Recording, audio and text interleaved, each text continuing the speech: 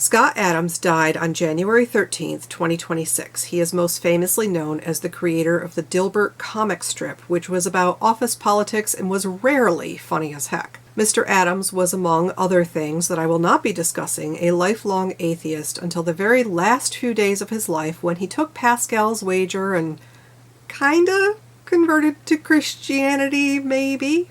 So, let's talk about Pascal's wager.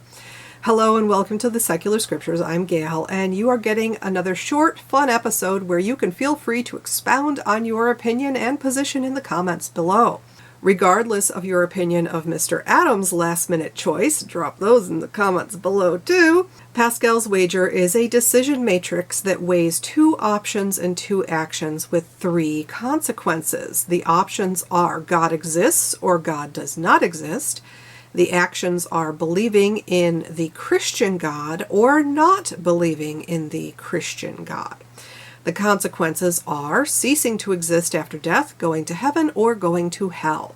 The wager was not published by Blaise Pascal himself. It was found among his personal papers and published after his death. Pascal's wager translated is, God is or God is not. Reason cannot decide between the two alternatives. A game is being played where heads or tails will turn up. You must wager. It is not optional. Let us weigh the gain and loss in wagering that God is. Let us estimate these two chances. If you gain all. If you lose nothing. Wager then without hesitation that he is. There is here an infinity of an infinitely happy life to gain, a chance of gain against a finite number of chances of loss, and what you stake is finite. And so our proposition is of infinite force when there is the finite to stake in a game where there are equal risks of gain and of loss and the infinite to gain. But some cannot believe. They should at least learn your inability to believe and endeavor then to convince themselves.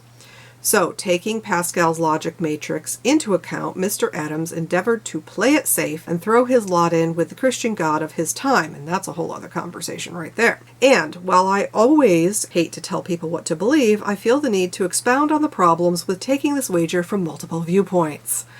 First is the non-Christian theistic counterpoint to this argument. The wager automatically assumes the point of view of Christianity. In reality, there are many religions and many gods, and many options for what could happen after death, from non-existence to reincarnation to spiritual progression. In the wide world of theology, this is not a coin, it's a set of dice with thousands of possibilities. The obvious question here is, what if God is real, but you picked the wrong religion? This is also, of course, a very Christian-oriented question, as many religions are not exclusive like Christianity is, which I find highly amusing, but the logic of the question stands.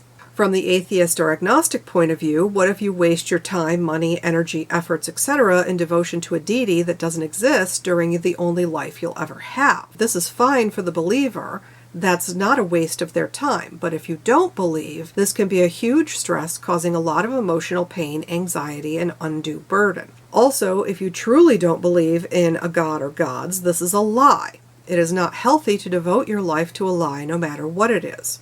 In reality, like so many aspects of being human, there is a spectrum of belief that people will fall into and slide across throughout their lifetimes.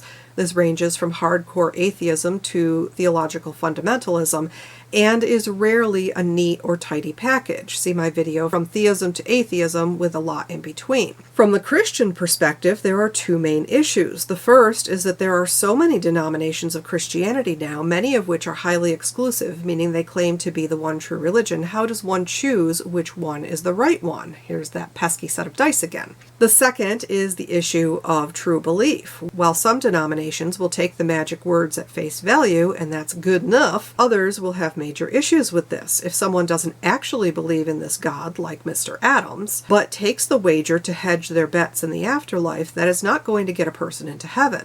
That's going to earn them a spot in a lower circle of hell. In summary, the big issues are 1. Assuming Christianity, 2. Assuming there are no negative costs in life associated with pretending to believe, and 3. Assuming magic words take precedence over true belief. Now, from my own perspective, I have some major issues with Pascal's wager.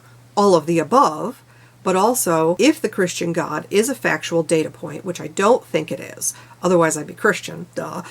But if I grant the possibility that the Christian God is real for the sake of the argument, I don't see how an agnostic taking Pascal's wager is going to be helpful to the agnostic. I had the same issues with Pascal's wager when I was a deist, when I was a pagan, and to be honest, it was one of the things that convinced me that Christianity has a low likelihood of being true. To be clear, when I say the Christian God, I'm speaking of Yahweh as presented in the Old Testament, and in my opinion, that is a comic book God, along the lines of Zeus or Loki, no criticism on the folks who worship them. Again, I don't think that this God is real. Jesus is a different conversation for a different time.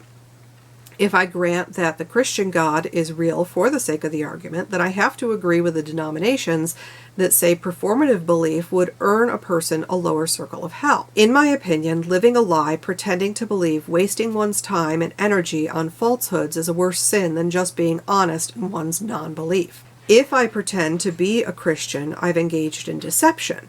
And I'm pretty sure that the God of the Bible doesn't like that. Neither does Jesus, but again, that's a different conversation. I'd rather be an honest non-believer burning in hell than sweating it out in heaven waiting on God to spit me out, because that sounds like hell anyway. Now, again, I don't believe in this God, this heaven, or this hell. I think the God of the Bible is an evolving myth that suits his time and cultures as they change, and I find that quality extraordinary in a God. Most die out when their cultures change too much, but somehow Yahweh endures, and that's cool as heckers.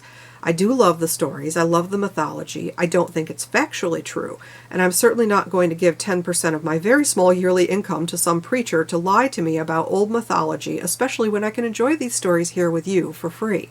Thank you so much for joining me on the Secular Scriptures. If you enjoyed this, like, comment, subscribe, do the bell thing. I especially want to hear what you have to say about Pascal's wager as it relates to your own beliefs or lack thereof, and also let me know where you think Scott Adams is right now.